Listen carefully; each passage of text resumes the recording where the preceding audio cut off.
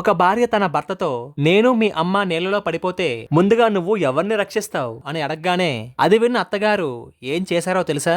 ప్రతిరోజు కోవిలికి వెళ్లి వచ్చే అలవాటున్న ఒక 50 ఏళ్ల ఆవిడ సడన్ గా కోవిలికి వెళ్లడం మానేసి ఈత నేర్చుకోవడం కోసం స్విమ్మింగ్ పూల్ కి వెళ్లడం మొదలుపెట్టింది. అది చూసిన ఇరుగు పరుగు ఆశ్చర్యపోయి ఇలా అడిగారు, ఉన్నట్టుండి మీరు ఈత నేర్చుకుంటున్నారు, ఎందుకని, కారణం ఏమిటి అని అడిగారు. దానికి ఆవిడ సమాధానంగా, ఇంట్లో నా కొడుకు కోడలు పోట్లాడుకున్నప్పుడల్లా నా కోడలు మా వాడిని అడుగుతూ ఉంటుంది, నేను మీ అమ్మ ఒకేసారి నీళ్లలో పడిపోతే నువ్వు ముందు ఎవరిని కాపాడతావు అని. ఈ మాటలు విని విని నేను మా అబ్బాయిని ఇబ్బందికర పరిస్థితుల్లోకి ఎందుకు పడేయడం అనుకొని నేను ఈత నేర్చుకుంటున్నాను అని సమాధానం చెప్పింది ఆవిడ. కొంతకాలం తర్వాత మళ్ళా మా అబ్బాయి కోడలు గొడవ పడ్డారు. మళ్ళీ నా కోడలు అదే ప్రశ్నని మా అబ్బాయిని అడిగింది, నేను మీ అమ్మ నీళ్లలో పడిపోతే ముందుగా నువ్వు ఎవరిని కాపాడతావు అని. అది విన్న నా కొడుకు తన భార్యకి ఇలా సమాధానం చెప్పాడు, ఒకవేళ నువ్వు మా అమ్మ నీళ్లలో పడిపోతే నేను నీళ్లలోకి రావాల్సిన అవసరమే లేదు, ఎందుకంటే మా అమ్మే నిన్ను కాపాడుతుంది, ఆవిడికి ఇప్పుడు ఈత బాగా వచ్చు కదా అని నవ్వుతూ సమాధానం చెప్పాడు. అది విన్న నా కోడలు ఇంకా కోపంతో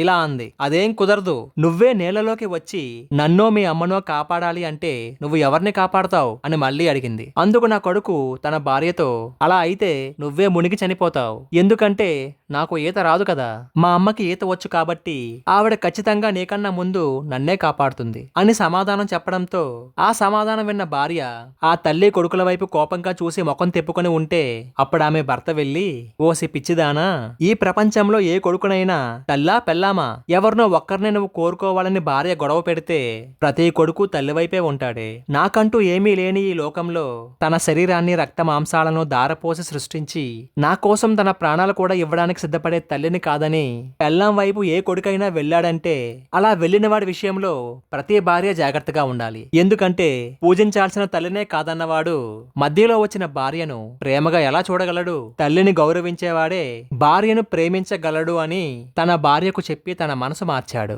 ఇదే ప్రశ్న మిమ్మల్ని మీ భార్య అడిగితే మీరు నీళ్లలోకి దూకి ఎవరిని కాపాడతారు, మీ భార్యనా తల్లినా? కామెంట్లో తెలియజేయండి.